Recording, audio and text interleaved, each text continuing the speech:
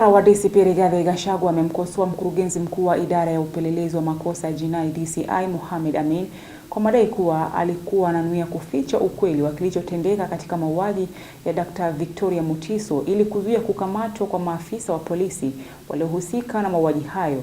Akizungumza katika kaunti ya Kiambu, Gachagua ametupilia mbali madai kuwa alizungumza na washukiwa mauaji hayo ili kupata taarifa ya yaliyotendeka, akiongeza kuwa mmoja wa maafisa wa polisi amedaiwa kusakwa na DCI amefichwa na idara ya polisi na atafichua aliko iwapo hatakamatwa hivi karibuni.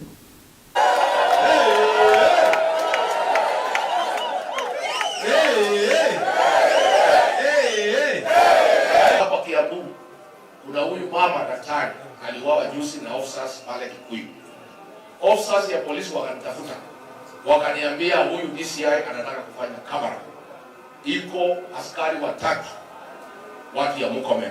Murkomen amemwambia Amin kamera. So jana nikasema nitatangaza hii maneno. Leo akaita taarifa press conference. Alikuwa amepanga kuwekelea mtu mmoja ya bodaboda na driver mwingine alikuwa na gari, afiche wale watu watatu. Nikaandika nikasema usipowataja nitawataja tukimaliza kuongea. Sasa amewataja. Ndio. Sasa moja hajakamatwa, huyu amefichwa na Murkomen. Na usipomshika leo, kesho tutatangaza mahali amefichwa. Sasa huyu DCI anafikiria Wakenya ni wajinga. Pale alipetoa taarifa akaulizwa hii maneno amesema, si ndio Rigiji alisema, alijuaje?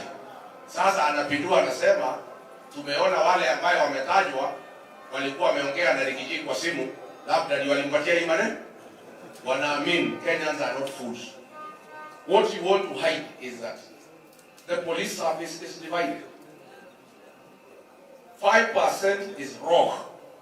And 95% of the National Police Service are professional. That 95% you wananipatia maneno.